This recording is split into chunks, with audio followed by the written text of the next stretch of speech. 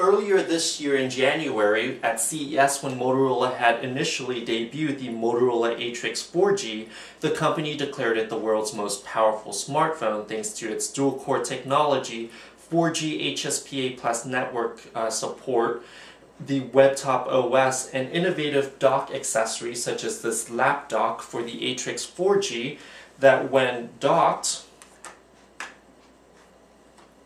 can turn the phone into a powerful personal mini netbook or notebook that extends the display to a larger 10-inch display with a near full-size island-style keyboard and a trackpad on the bottom. Now that the second generation successor known as the Atrix 2 is upon us with slightly better specs, can the second generation smartphone best the world's most powerful smartphone? I'm Chang-Wen for Gotta Be Mobile and Notebooks.com, and find out in this video review of the Atrix 2. Here we have the Motorola Atrix 2 to the right of the retail packaging box for the smartphone for AT&T. On the front of the box you do have the Atrix 2 displayed along with AT&T's 4G HSPA Plus network support, so you do have a new 4G logo for the phone. Inside the box, once you lift off the cover, is the tray where the phone would sit in for shipping. Once you remove the tray, what you'll see here is a quick start guide, some warranty and legal information. You do have an AC adapter here, which will connect to a USB cable, and you do have the supplied USB cable here, which connects to the phone via a micro USB port, so you can either connect this USB cable directly to the AC adapter to charge, or you can connect the cable to a computer to synchronize files such as your music files from iTunes through the accompanying music application on the phone. You have here a little sheet with some apps that you can download for free with some QR codes that AT&T provided to get you started right out of the box. Let's go ahead and take a look at the phone next and compare it to its predecessor, the Atrix 4G, and find out what some of the differences are. I have the Motorola Atrix 2 on the right hand side and the Atrix 4G here on the left hand side. The Atrix 4G is the original Atrix, which features a 4-inch Pentel-based QHD resolution display. The new Atrix 4G features a larger 4.3-inch screen that's also QHD 960 by 640, but is not based on the Pentel technology. So you'll find that the screen on the Atrix 2 will be a little bit more crisp and sharp at rendering both text, images, and videos. Other notable differences is that the Atrix 4G supports, this is the power button, which integrates with a biometric fingerprint scanner, which allows you to just wipe your finger and unlock your phone that way instead of powering it through the PIN and passcode lock cycle. The original features a 5-megapixel camera with 720p HD video recording, along with a smooth, glossy back battery cover that has this faux carbon fiber texture or appearance to it, but it is a smoother material. Let's compare the two phones on top of each other to see how much bigger the Atrix 2 is than the Atrix 4G because it does have a larger display. So you can see here that when stacked up, the Atrix 2 is only slightly wider and a little bit taller than the Atrix 4G, but you can see that you do gain a little bit more screen real estate here. When you line up the screens at the bottom, you do have a little bit more of screen height here, so you do have a larger overall screen on the Atrix 2.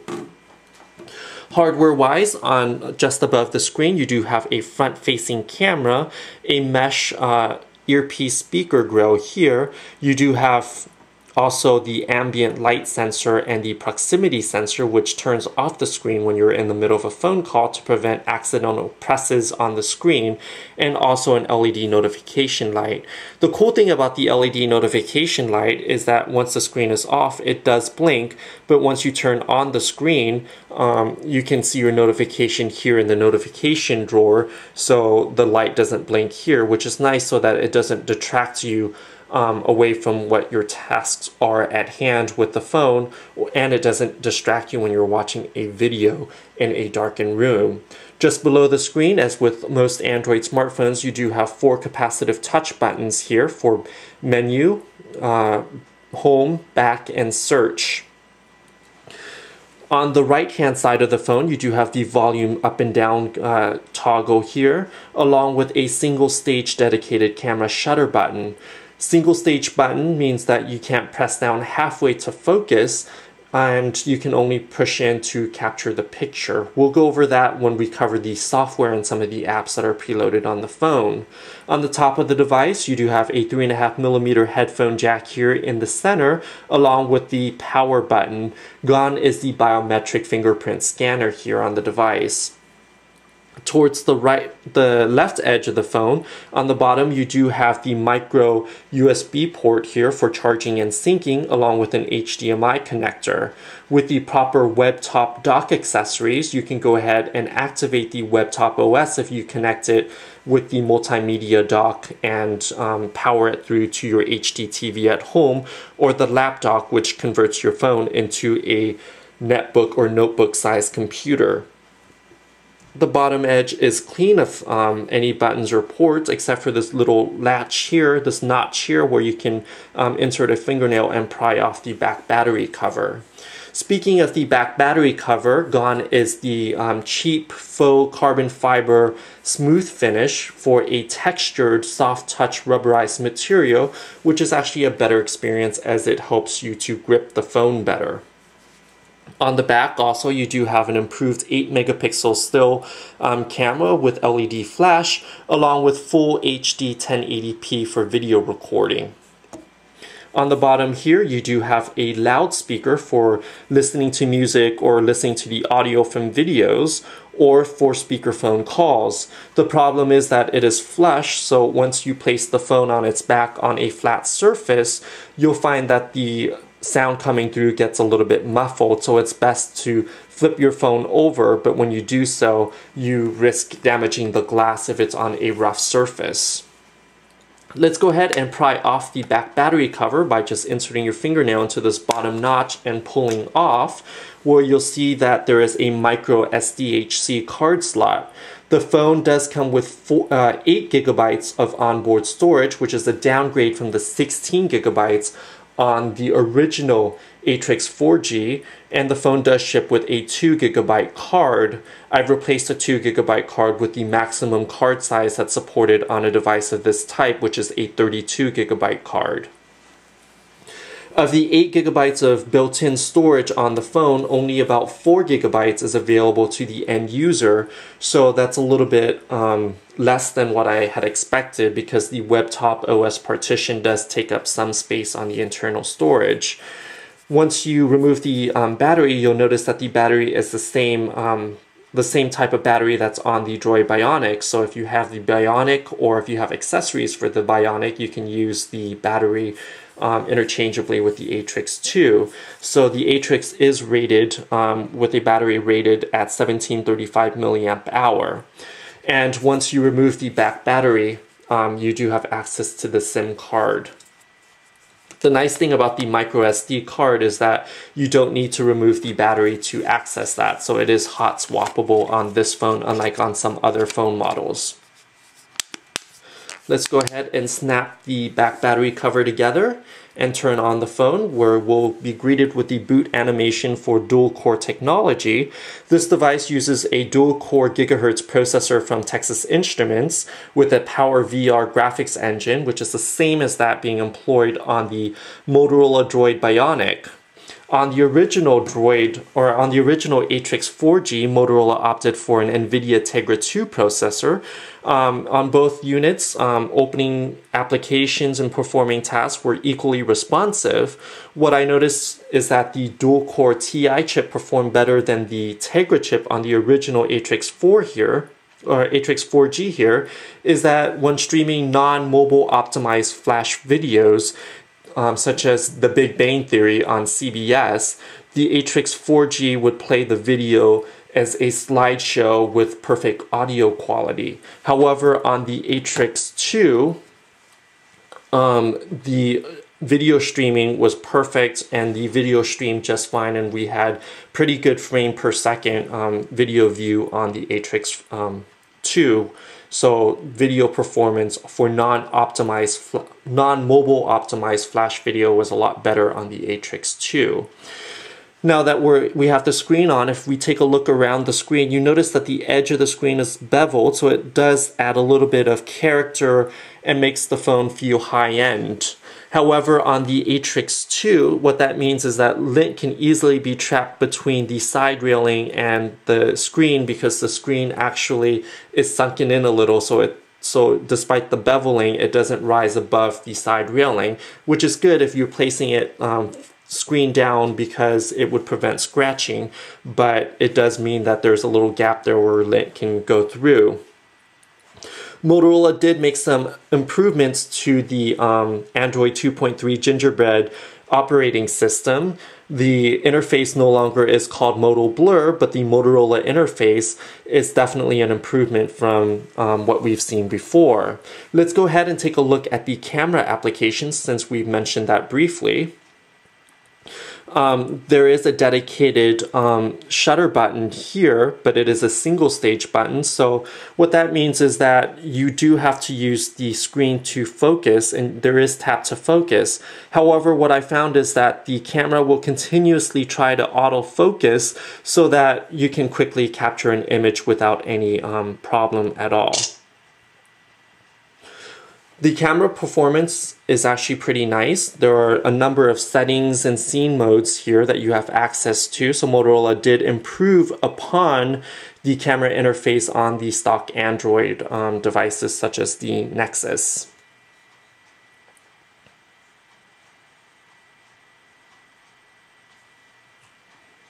And you can switch between the front-facing and the rear-facing camera by tapping on this toggle, and then you can switch between photos and videos by switching over from the bottom toggle, and then that button is the on-screen shutter button for capturing images. The phone does come pre-bundled with a number of AT&T applications, including AT&T Music, AT&T Uverse Live TV, and AT&T Navigator. The good news is that most of those apps can be uninstalled at a user's demand, so if you don't like any of those apps, you can uninstall them to conserve space on your phone. The AT&T Music app is actually a nice one. It combines both internet radio along with the ability to download and purchase music and bill that to your AT&T phone account. As I've mentioned before, this phone supports AT&T's theoretical maximum 21 megabits per second HSPA plus network, which the carrier calls 4G. We're going to go ahead and try to download. We're going to go ahead and shop for new music just to show you what a download speed is for purchasing music on AT&T's network.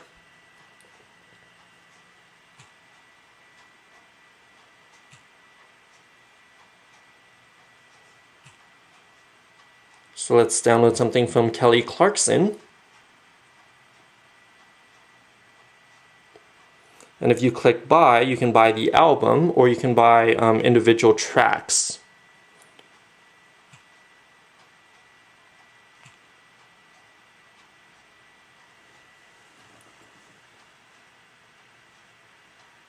Let's go ahead and just buy the track. And it does warn you that purchasing the music does count towards your data plan, so be sure that you're not going over your monthly overage. And this is the download speed that you're seeing with downloading a song on HSPA+. Well, it's advertised as 21 megabits per second in actual use through the speedtest.net application. I find that speeds hovered around between 2 to 6 megabits per second. So it's plenty fast, but not quite as fast as what we've been used to on Verizon's LTE network, which AT&T is rolling out in select markets right now. So let's go ahead and take a look at some of our historic speed test data. So here we go up as far as almost 4,500 kilobit or 4.5 megabits per second. Upload speeds were around 1 megabits per second, between 1 and 1.5.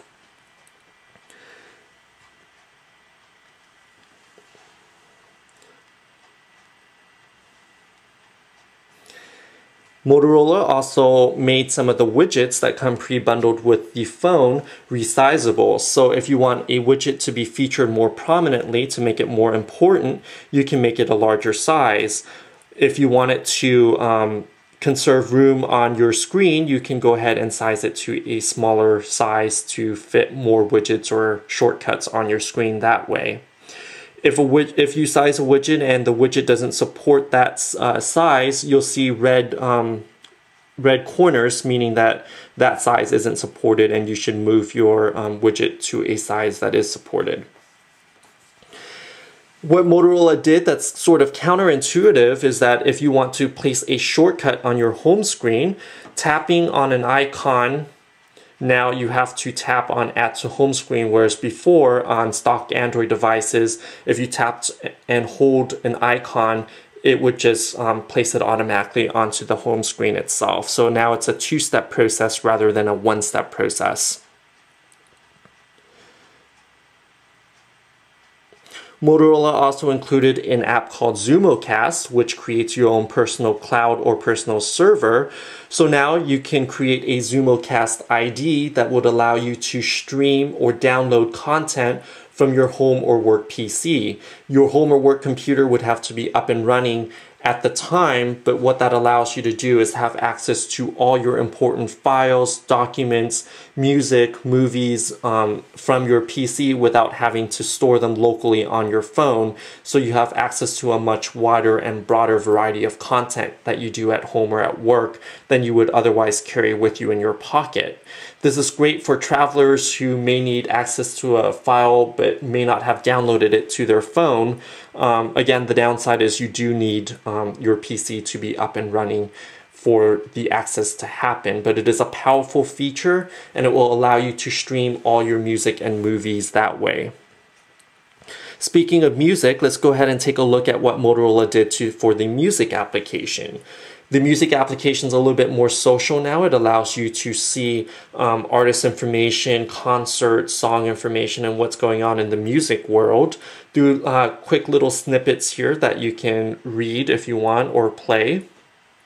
The music app also will allow you access to your library internet radio, which is integrated with Shoutcast Radio, so you do have access to a variety of content. If you don't want to purchase them through the AT&T music store, you have access to downloading podcasts as well as an FM radio. The FM radio does require you to attach headphones for use because it does use the headphone wires as antenna.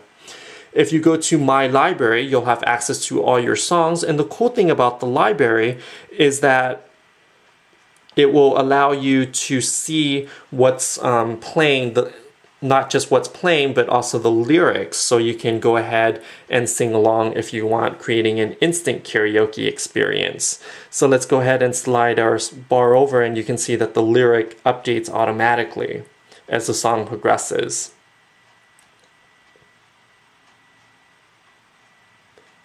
So this way you know what tunes are playing and what the lyrics are if you want to sing along.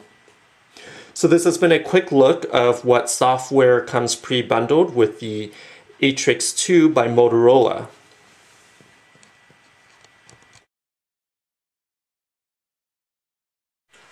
Upon launch, Motorola had declared the original Motorola Atrix 4G for AT&T as the world's most powerful smartphone. Now, some 10 months later, we have the Motorola Atrix 2, the second generation successor to the Atrix line. Is the Atrix 2, with all the expectations built up around it, a better smartphone than the Atrix 4G? And more importantly, is the Atrix 2 now the world's most powerful smartphone? In some ways, the Atrix 2 does best the Atrix 4G in performance and speed, and in other ways, the Atrix 4G is a better smartphone. Both are equally competitive in the high-end space that they're vying for against Verizon's Droid Bionic series, and also against Sprint's emerging line of Evo and Photon 4G smartphones. Let's review some of the key points. On the Atrix 2, some of the negatives include that the device now lacked the fingerprint scanner that was found on the Atrix 4G that allow users to quickly and securely unlock their smartphone without having to resort to a PIN, passcode, or pattern unlock. Also, the Atrix 2 has a larger footprint, which is a negative to some because it does have a larger screen, so it will occupy more real estate in a purse, a bag, or a pocket. And lastly, the Atrix 2 has less storage than the original Atrix 4G, with only 8 gigabytes of onboard storage, of which 4 gigabytes is available to the end user because the WebTop OS is partitioned onto the internal storage. The Atrix 2 has only about half the maximum available storage that's offered to the Atrix 4G with 16 gigabytes of onboard storage. Now on to some of the positive aspects of this phone. The phone has a better built-in camera with 8 megapixel resolution and 1080p HD video recording. It has a dedicated camera button for those who take pictures on their smartphone. This will give you quick access to your camera, and you can also launch the camera by pressing the button from anywhere on your phone. The phone has a larger 4.3-inch QHD display that has a resolution of 960 by 640 pixels, and also the QHD display on this phone doesn't utilize the Pentel-based displays, so that lends to crisper text and sharper images and videos. Also, the display on this phone, the negative thing is that it has a slight yellowish brown tint to it, giving it a sepia aura when viewing pictures and video. It's not really noticeable to the end user unless you're paying close attention to the color detail on your phone, but you will notice it from time to time. On the Atrix 4G, there's a slight colder bluish tint to the phone's display, so that's another thing that's going against the Atrix 4G. Both phones utilize dual-core technology clocked at similar 1 gigahertz clock speed. The Atrix 4G utilizes a processor from NVIDIA called the Tegra 2 chipset, while the Atrix 2 utilizes Texas Instruments ARM-based processor and PowerVR graphics. Both devices offer comparable performance, but as I've mentioned before, performance with streaming non-mobile optimized flash video is better on the Texas Instruments processor because it lends to a smoother, more consistent frame per second quality to it than the slideshow image from videos on the NVIDIA processor on the original Atrix 4G. Although the Atrix 2 boasts a faster 21 megabits per second 4G HSPA Plus network support, in real-world performance, both devices perform comparably well with download and upload speed, so you're not going to see any network speed gains on the Atrix 2. That said, a bigger screen, a more vibrant screen, and a better user experience thanks to design changes both to the hardware and to the software of the phone makes this a compelling device to own on AT&T's network. The original's WebTop OS, along with the laptop connector that turns the smartphone into a powerful laptop or netbook computer, is also available with the Atrix 2. The good news is that the Atrix 2 has a new laptop that isn't device specific, so you can use the laptop with any other current generation Motorola phones, including the Photon 4G, the Droid Bionic, and the Droid Razr. So the laptop purchase, which is a $300 optional accessory, will be future-proof with the Atrix 2. Unfortunately, that laptop isn't compatible with the Atrix 4G, so there's a little bit of discrepancy there. But all in all, the laptop is a great accessory. However, you would have to pay for a tethering plan on AT&T's network to use that laptop, so that brings your monthly data total to about $45 per month. With the laptop and the ZoomoCast application, essentially you can have all the files, all the videos and music that's on your personal computer accessible when you're mobile in sort of a private and personal cloud environment. So you do have access to essentially a full-size laptop in the performance package of a smartphone. The killer feature here is AT&T's $99 pricing for this smartphone, which competes effectively with the Droid Bionic and other high-end smartphones from other carriers. So with $99, for a high-end, fully featured smartphone, AT&T is definitely asking its customers to rethink possible with this phone. And I think it is a great value for the price. I'm Chang Wen for Gotta Be Mobile and Notebooks.com. Thanks for watching this video review of the AT&T Atrix 2.